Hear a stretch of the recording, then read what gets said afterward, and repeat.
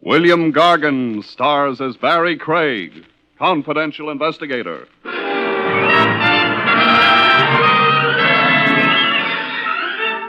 There's a familiar saying which goes, give a rogue enough rope and he'll hang himself. The theory holds fine, except in one instance. What if the chap doling out the rope happens to be the hangman?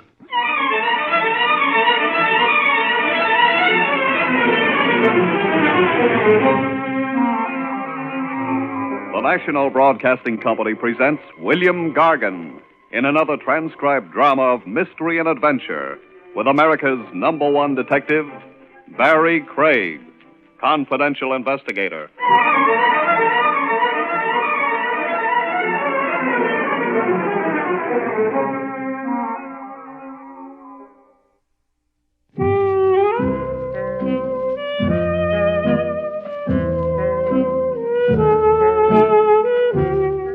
Barrie Craig speaking. A confidential investigator isn't always hired on his merits. His merits as a fact finder, I mean. Some clients choose you because they hope you're stupid. They don't want a cop. They want a stooge. You ought to be the front behind which they can keep a criminal operation going. You're the rubber stamp certifying their sincerity so they can get away with murder. Yeah, you get them like that. Cases phony from the word go. That was my first hunch on Brenda Connor, a brunette with a tendency to overact. We launched her case in Central Park in a handsome carriage, complete with horse, silk-hatted driver, and lap robes. Around the park at $3 an hour. But I wasn't paying the tab. The lady was. Why the handsome cab in the freezing weather? I didn't ask. You get used to eccentrics. The rhythmic clippity-clop. I'm able to think. So who's the demon? Demon? The demon pursuing you. You have a flippant way, Mr. Craig. To cover up my emotions. I'm the type who identifies. A sad lady like you, I can cry harder than any little white cloud around. You were about to tell me. It's my husband. Funny now how it always is. Ralph Connor. He was gone for 5 years, completely out of my life. A long wait for a streetcar. I'd almost forgotten him. And then 1 week ago, he came back to me. And you resent his return? I didn't say that. That's right, you didn't. But you don't look overjoyed. No. But it isn't what you think. I have no basic quarrel with my marriage, even despite the separation, but... Throw the punchline. Ralph, this man who's my husband come back. I'm not so sure that it is he.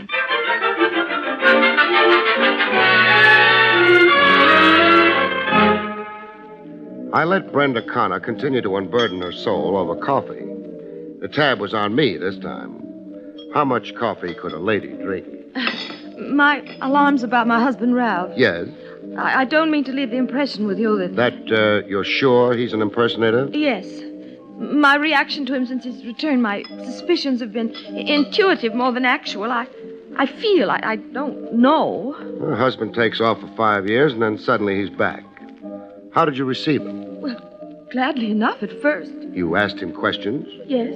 His explanation of his absence seemed genuine to me, understandable.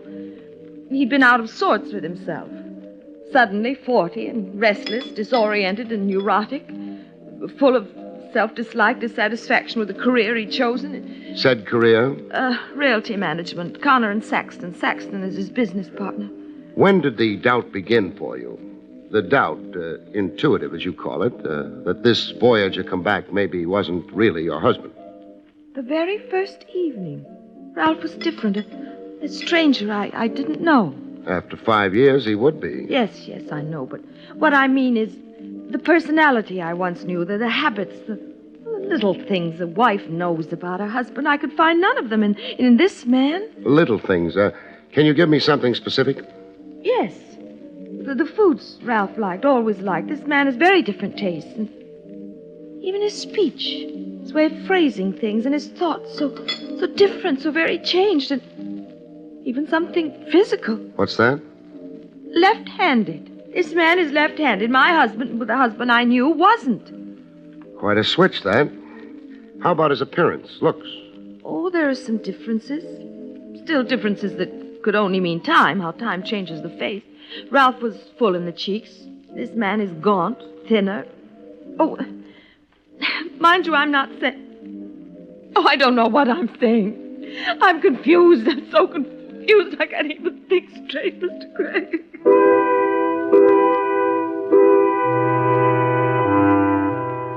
Hooray for confusion. But there was more to it than the lady was telling. There always is. I got a peek into what was omitted in the telling. The time was later that same afternoon. It was raining buckets. I had my formal tie on for a ride over to see the husband, Ralph Connor, firsthand.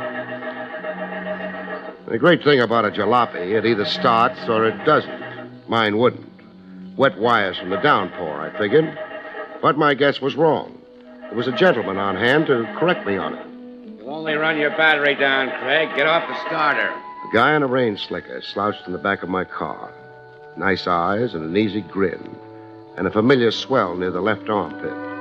I knew what that swell was. I had one myself to match it. A gun holster. The wires aren't wet, Craig. There's another reason she won't start. What's that? This. Here. Your rotor. Rotor? You don't know about cars? I know they go or don't go. The rotor belongs under the hood on the engine where the distributor is. I removed it. Why? So your car wouldn't go. Why again? So you'd bum a ride from me. Where are you parked? Right behind you. Come on, I'll chauffeur you. You sound like you know where I'm going. Yeah, I think so. See Ralph Connor. You want to look him over. You're well informed. I took courses in mind reading. Come on, I'll drive you.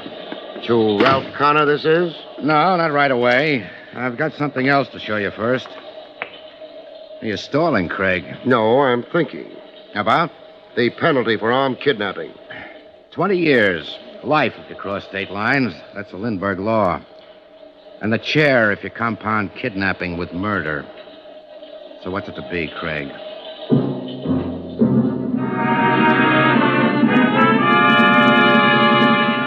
I'd been grabbed at gunpoint before, but this one had a new wrinkle. No violence, no dent in my skull. No impulsive ride to the country. Just a short ride over to Queens, to a roadhouse you had to shove your way into. More people and floor space. A jam at the bar and a jam on the postage stamp dance floor. People laughing it up, people living it up. Look over the dance floor. You see something? Yeah, sweat and suffocation. No, I mean faces. For instance, over there, the brunette swooning all over the He-Man in the plaid shirt. You see her? I see her. You know her? Brenda Connor, my client. Well, that ends my mission. So long, Craig. You're on your own now. Buster, wait. Yeah, Craig? The plaid shirt with my client. He's not Ralph Connor. Married folks don't spend time here with each other. No, he's Chris Cantura. He's a tennis player. A tennis player? Love matches in the hot afternoon sun and love matches under hot blue lights with slender ladies with fat checkbooks. Is this why you brought me here? To show you a two-timing wife so you discount half to 90% of what she told you. Look, as long as we're talking... I've said all I want to. So you won't knock yourself out identifying me when I'm gone. Here's my card. So long again. The card he'd left with me read, Mike Hassick, private detective. The guy who'd put the polite snatch on me was a private eye.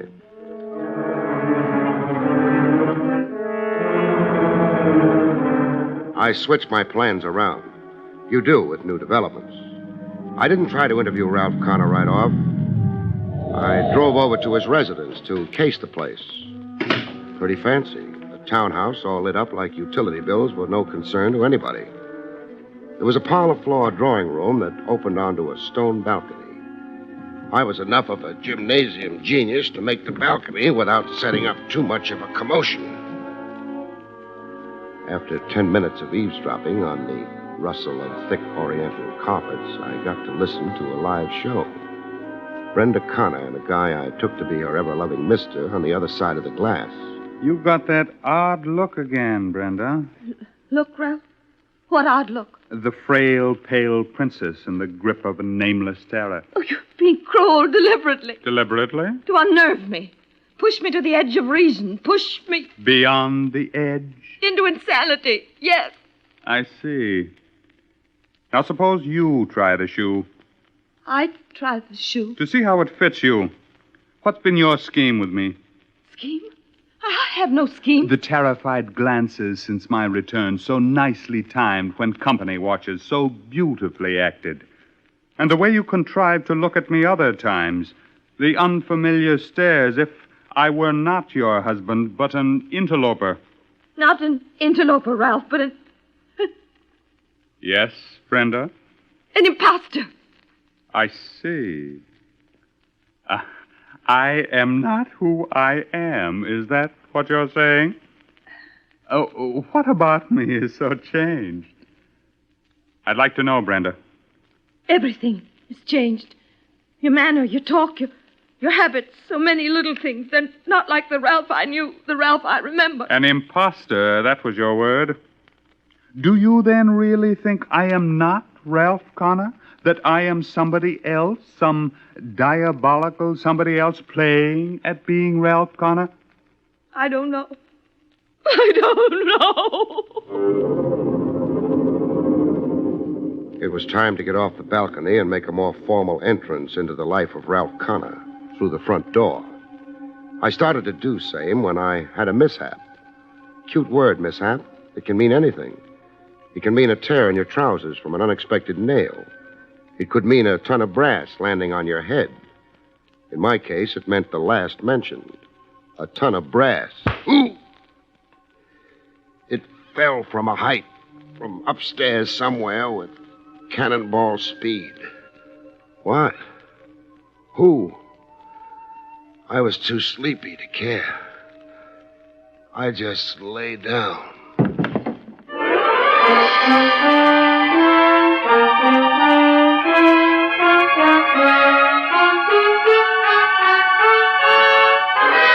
Back to Barrie Craig in just a moment.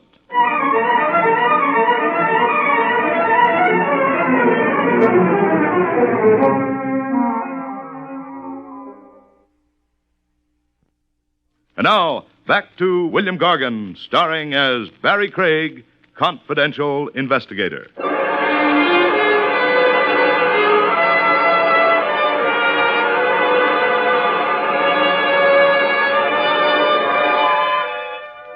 One thing about consciousness, it always returns sooner or later. If you're not dead, that is. I wasn't. I had proof I wasn't. I could wiggle a finger. When you're dead, you can't. Rigor mortis won't allow it.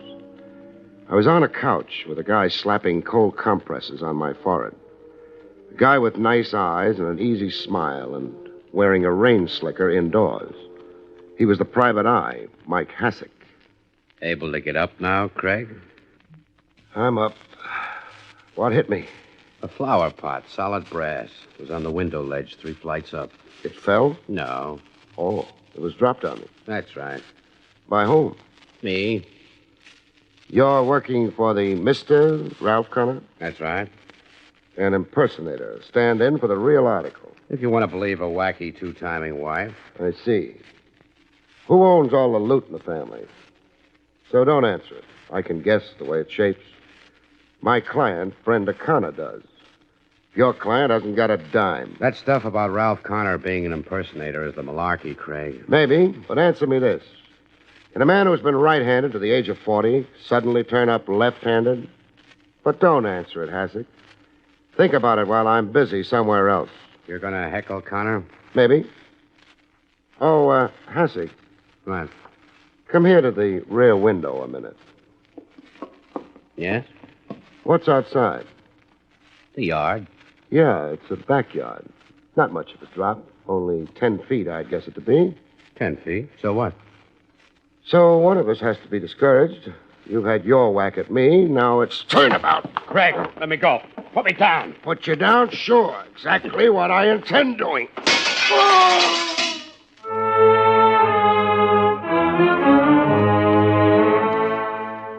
You meet some guys sometimes who have to be paid back in their own coin. I didn't set up a talk with Ralph Connor. I passed him up a second time. I had nothing to say to him yet. Instead, I looked up Saxton of Connor and Saxton Realty Management. Connor's business partner. Maybe he could shed some light. A short guy with 2 stomachs and pink ears like he was always blushing. There was an oily look to him, like he was an accomplished phony. I still don't quite understand the purpose of your call here to me, Mr. Craig. If you've stalled long enough, Saxton, If I've stalled? worked out answers in your head, Well, I have no ulterior motives in evading you. then Well, it's just that I don't care to become embroiled in the man's affairs. That is, his affairs other than our joint business. Frankly, I've always found Connor strange and unpredictable, explosive. he was gone for 5 years. Yes? Did you keep his end of the business up all that time? Oh, yes, scrupulously. His share of the net profits were put into an escrow account for what they amounted to. His drawing account, of course, was suspended while he was gone. In the time he was away, did he write to you, keep in touch? No. Now, a big question. Is he Ralph Connor? Yes, Mr. Craig? You don't seem surprised at the question. No, I'm not surprised anymore. I've been asked the same question before. By whom? 2 persons. By Mrs. Connor and by a private detective named Mike Hassick. So Hassick wasn't so sure of his client's identity either. What's that you said? Just thinking out loud. What makes you sure this new Connor is the same old Connor? Why, everything about him. Like? Well, I don't know how to answer that quite. He looks like Ralph Connor, facially and physically. He knows about me, our business, the background of our business. He's demonstrated all that to you? Why, yes, of course. He has demonstrated an intimate knowledge of our business. It couldn't be faked. The man simply had to know.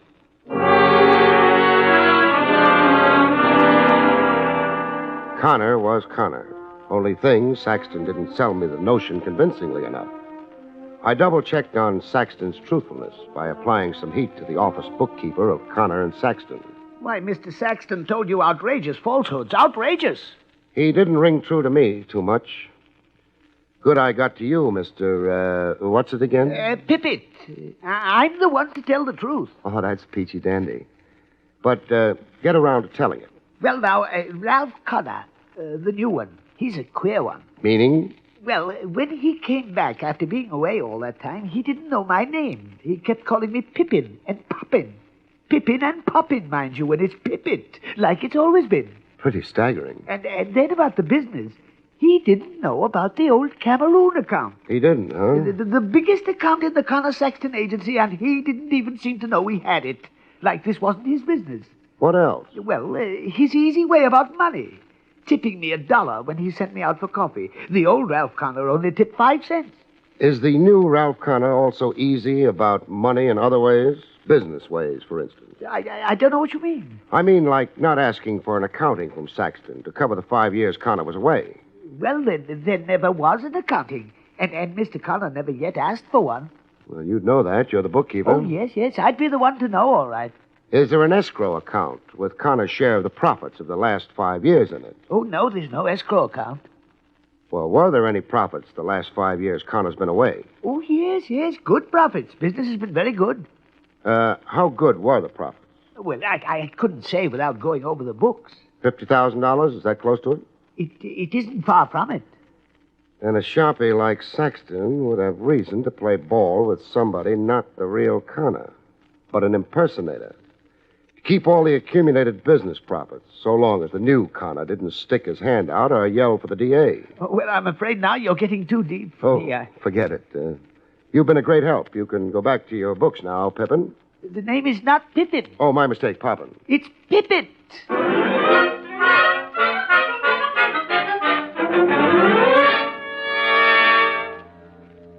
It was time to form an independent impression of Ralph Connor, I figured. The townhouse sat next door to the East River. I'd just gotten to the doorbell when I found myself doing some more eavesdropping. Nothing subtle this time. Anybody for a mile around could eavesdrop along with me. A scream has carrying power. A high-pitched woman's scream. Brenda Connor. I could identify the voice. Brenda Connor at home, either being strangled to death or blowing her top. Inside the house, I didn't get to see my screaming client. She was in her room behind locked doors. The husband, Ralph Connor, told me the melancholy facts. Or do I mean the melancholy fiction? Brenda is in there in her room with her doctor. Doctor who? Does that matter? It matters. I'm jotting it down in my notebook. Mrs. Connor is my client. Dr. Phipps. 275 Dartmouth Street, if you also want the address. Phipps is Brenda's own physician. I get your emphasis. When can I see Mrs. Connor? I don't know. She's under restraint. Restraints meaning? She's had a nervous breakdown. All of a sudden. No, my wife has a history of, say, emotional instability. Hallucinations, compulsive behavior, a fascination for unsavory places and people. That's a careful reference to the roadhouse and tennis Adonis. Mike Hassick made sure I'd see. Yes, so that you'd be aware of all the facts. This emotional instability in Brenda, it's one of the reasons I left her 5 years ago. I've had all I could stand of hysteria. You make a glib case of it. It's the truth. What happens to Brenda Connor from here on? Hospitalization. It's not the first time Brenda has been confined before. And cured? Evidently not, as this new breakdown shows. Comes the time she's declared mentally incompetent. Who gets her money? That is an impertinent question. I'll answer it. You do. You step into her estate. I'll even bet you've already got the petition before the court with Dr. Phipps' affidavit pinned to it. I don't care to dignify this nonsense any longer, Mr. Craig. So if you don't mind, good night. On the street, I had an encounter with a guy who was making a habit of it. Stop a minute, Craig. What for, Hassick? A talk. Friendly talk. With a gun in my ribs? The gun's for my own protection. You play too hard. So do you. I have to. I'm in it for the cabbage, just like you. Speak only for yourself. You'll change your mind. $100,000. We split it down the middle. Who gives it to us? Connor, if you don't spoil it for him. Keep talking. Connor is a phony, an impersonator, like you said. The real Connor, he probably knocked off somewhere, the way I figure it. But none of our business. Now, this Connor grabs the wife's estate. We let him. You let him. Then the bite. He pays us off. We own him. You're sure of your facts? I checked. I sized everything up. Connor's a fake, a smart fake, and the winner. Let's win with him, okay? Why did Connor hire you in the first place, Hassick? To follow his wife around, report on who she saw, spent time with, that tennis player, you. So, now tell me, you playing it smart along with me? What do you think? I think you are. Sure you are. What have you got against money? I played it smart, the poor man's way. I didn't go home and let Connor play out his scheme. I went back to Connor for a closer look at his scheme. You've become a frequent visitor, Mr. Craig. Every 10 minutes. I realized out on the street that I'd said things in here to you that were out of line. I'm sorry. Forget it. Thanks. I can see now what a screwball Mrs. Connor is and how I went for the buck. The only thing... Yes, Mr. Craig. I'm a working operative. I put in time and sweat. I've had expenses. Oh, I see. You've got a bill, and you're wondering how you're ever going to get paid. That's it. It's no obligation of yours, I know. Oh, nonsense. I'll pay Miss Connor's bill. In fact, I'll make out a check right here and now. How much is it, Mr. Craig? Well, 100 will about cover it. $100. Very well. Here you are, Mr. Craig. A $100 check for you. It means more to me than you think, Mr. Connor. Oh, you don't have to thank me. The money's due you. But I didn't mean it like that. Guess again, Connor. I frankly don't understand you. I'll explain myself.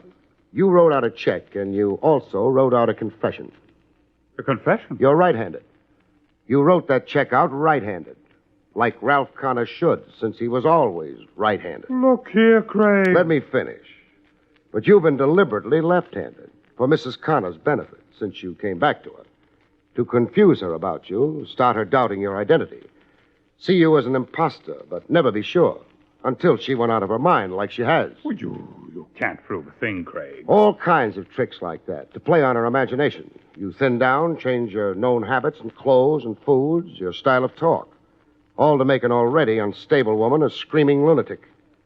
Have her declared mentally incompetent so you could take control of her money and her estate. How big is the estate, Connor? Big, I'd judge it to be. No end of money. It has to be a fabulous grab to rate your fancy technique in crime. I say again, you can't prove a thing. Because you're really Ralph Connor, huh? And can prove it. Birth certificate, relatives stuck somewhere, fingerprints. That's what you're gambling on. Why you're so cocksure. You're immune, you figure.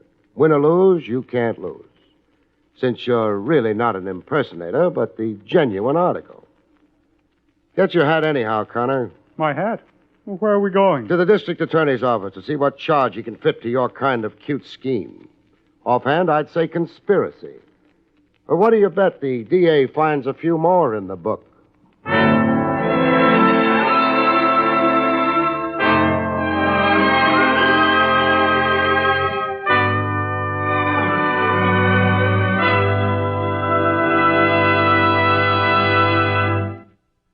You have been listening to William Gargan in another exciting transcribed mystery drama from the adventures of Barrie Craig, confidential investigator.